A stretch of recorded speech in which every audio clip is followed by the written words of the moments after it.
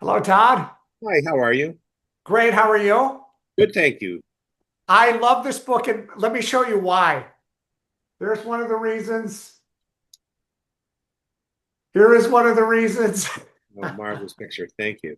Yes, I'm so glad you did this and giving Desi the attention he so deserved. Thank you. I'm glad to have rebalanced the scales a little bit, I hope. Yes. So, Todd, how did this come about for you? I have spent most of my life as a political reporter, but I also, during my time at the New York Times and at Vanity Fair later, have always liked American pop culture, music, uh, movies, television, theater. And so whenever I could, I would scratch that itch. And in 2018, I published a book about the collaboration of Richard Rodgers and Oscar Hammerstein and their creation of the musicals they wrote together. And in 2020, I was involuntarily liberated from my job at the Atlantic in the pandemic, and I was looking for another project, and I owed my old publisher a right of first refusal on a book. Anyway, I consulted with a bunch of friends and an old college friend, a playwright actor named Doug McGrath, who had collaborated with Woody Allen on Bullets Over Broadway and wrote the book for the Broadway musical Beautiful about Carole King. I had always loved I Love Lucy, and he thought Desi had gotten short shrift.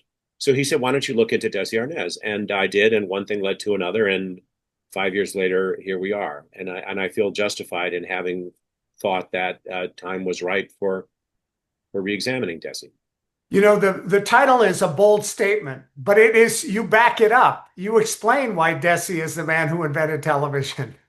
Well, some people have taken me to task for it, and obviously, I mean, it's a metaphor. I stole it from NPR's Planet Money episode a few years ago. I mean, obviously, the Scotsman John Logie Baird and Philo Farnsworth invented television, the scientific invention, and there were many people who pioneered early television, but Desi was definitely one of them. He didn't do it alone. He hired an expert team of technicians who helped, including the brilliant cinematographer Carl Freund, who figured out how to light a set so that you could film close-ups, long shots, and medium shots all at once in synchronization. But the success of I Love Lucy really helped assure that television would increasingly become a filmed and not a live medium, except for news and special events and sports. That entertainment on television would increasingly become a filmed and later videotaped product. And also, it helped shift the center of television production from New York to Los Angeles, where it remains. And Desi was crucially and instrumentally involved in that.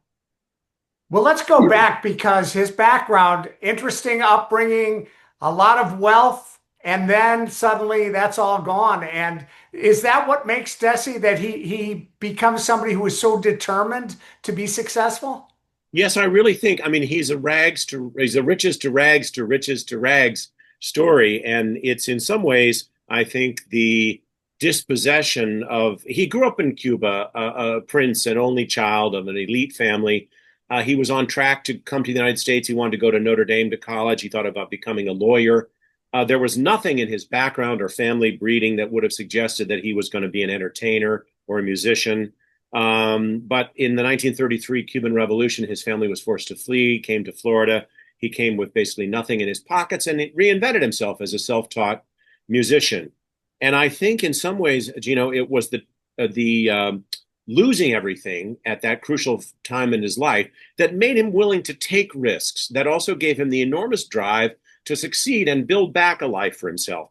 Sadly, that same trauma, which I think probably we would have to say, was untreated for his life, led him to ultimately seek relief in alcohol and other diversions that undermined his success at the moment of his maximum achievement. So Right. it's a strange dynamic. On the one hand, it gave him the courage and the propensity to take risks that led to his whole career, and then it also, I think, haunted him and dogged him and led to his downfall. And that's the unfortunate part because we love this couple. This couple was something that people aspired to be like. And you write in the book that they would get letters from people saying that their marriages were better because of seeing them, yet ultimately it didn't work out. But then, or did it work out because they loved each other forever? Well, yeah, it was one of those things where they loved each other. They just couldn't be together. They had a successful divorce in the sense that they grew closer to each other once the tension of living together was out of their lives. They came together to deal with their children. Lucy always relied on Desi for business advice to the end of her life, and she was always quick in interviews in later years to give him credit as the driving force behind getting the show on the air, keeping it there, making their Desilu Studios into the successful empire that it was. She never ever stopped a loving him and b giving him credit for the success, and he never stopped saying that without her the whole enterprise would never have succeeded. Interestingly, they never again, before or after, really achieved anything close to the brilliance they achieved together. And I think they knew that and they honored that, and they were each grateful to the other for having been part of that extraordinary time. But again, that would not have happened without doing what they did, filming it the way they filmed it so that it would live forever. And it certainly has. Yeah, it's why we see it today, almost 75 years later, looking crisp and pristine and as fresh as ever. And the other secret, I think, is that the shows were not in any way topical. You'd never know that the Korean War was Right. going on, or Harry Truman or Dwight Eisenhower were president. You didn't. You had some references to, Rogers and Hammerstein or cultural events, or certainly movie stars and so on. But really, the stuff of the show is stuff of the human condition: jealousy, love, rivalry, neighbors, betrayal, ambition, and it's the stuff of Greek comedy, and we laugh at it just as much today as we ever did because it's really about our humanity. So did Lucy's genius keep him from getting the credit that he deserved? I think at sometimes it did. He was the straight man, and the straight man is the under-celebrated part of the partnership by definition. And the person who delivers the jokes is the flashy one. So Lucy's the flashy one. Jerry Lewis was the flashy one. Yeah. In some ways, Gracie Allen was the flashy one. But without their partners, none of those people, pardon me, would have succeeded in the same way. And Desi was willing to subordinate himself in the service of the show, in the service of the plot and characters.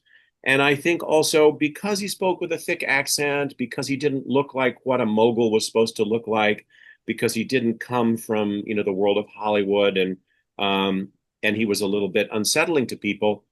He was overlooked, and I Right. think that, and then ultimately because of his just self-destructive behavior, he lost the confidence of the industry that he'd once dominated. But yeah, he in his lifetime and ever since, Lucy has overshadowed him. When you're writing a book like this, it's as if you are having that person be alive in your presence. Were you saddened by the final years for him? Yes, I was terribly saddened because it is a sad story. And I asked Lucy Arnaz, his daughter, and son-in-law, Larry Luckenbill, how do I handle the third act of his life, which is really quite sad because he unspools in this depression and alcoholism and premature retirement at 45, and he never really has much success later on. And they said, there's grace in the third act. Just let the chips fall where they may. And in the end, in the last year of his life, he did get sober. Sadly, he then promptly got lung cancer and died. But he did, he never lost his sense of grace. He never lost his sense of humor or sort of Cuban pride.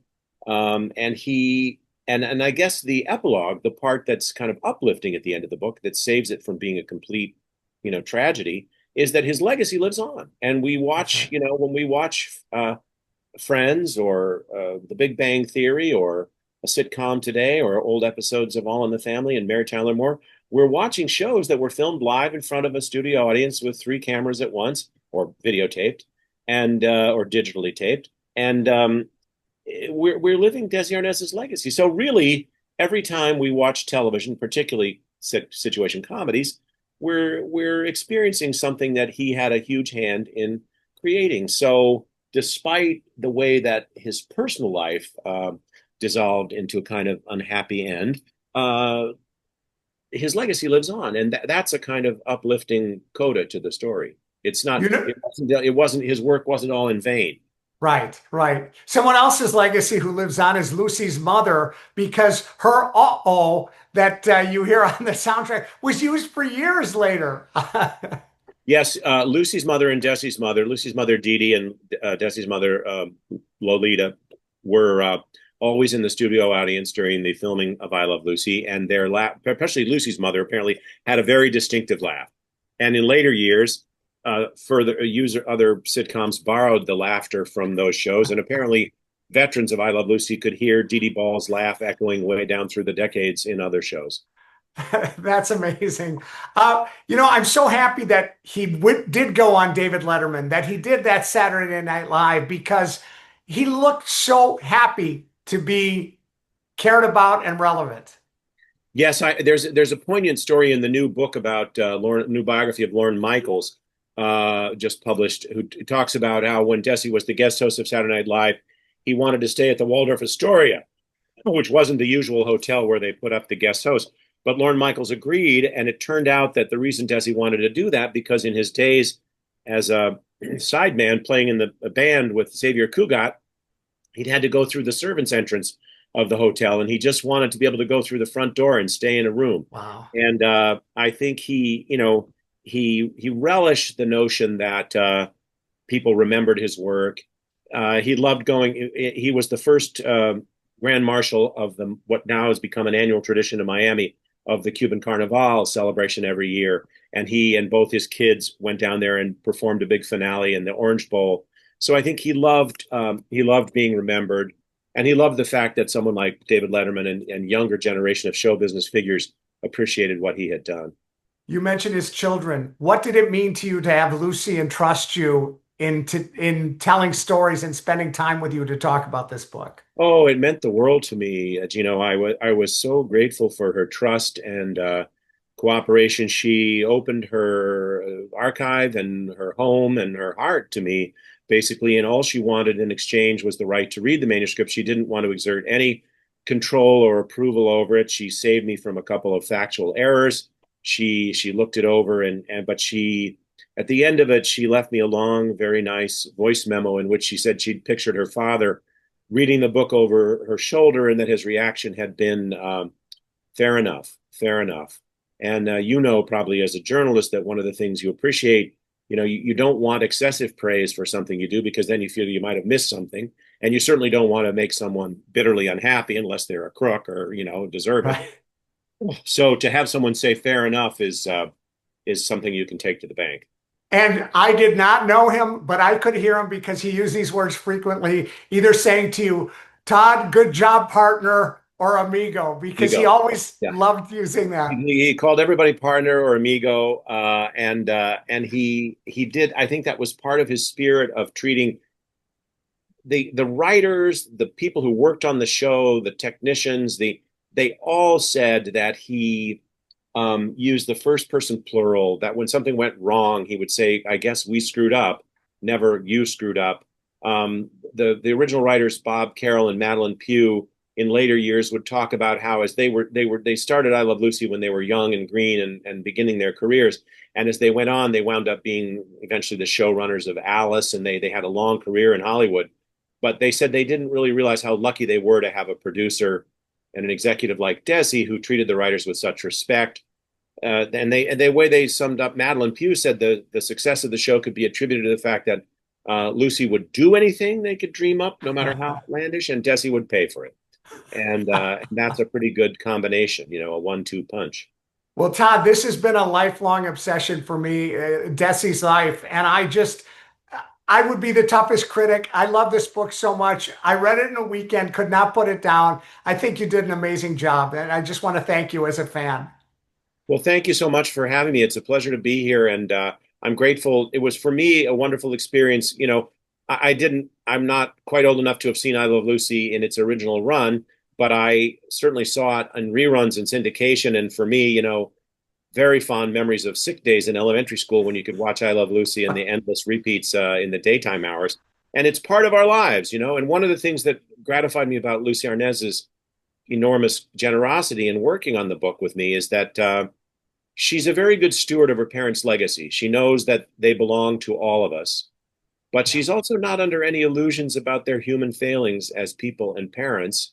And so she was willing to have their story told, warts and all. And I think it doesn't diminish in any way our appreciation for their genius, for their talent, for what they've given us when you understand that there was a lot of pain in their lives too. Their lives were not, uh, you know, all happy snaps of I Love Lucy. Right. There was a lot of real human life going on there. Well, thank you so much. It was a Thanks great for pleasure. having I me. appreciate it.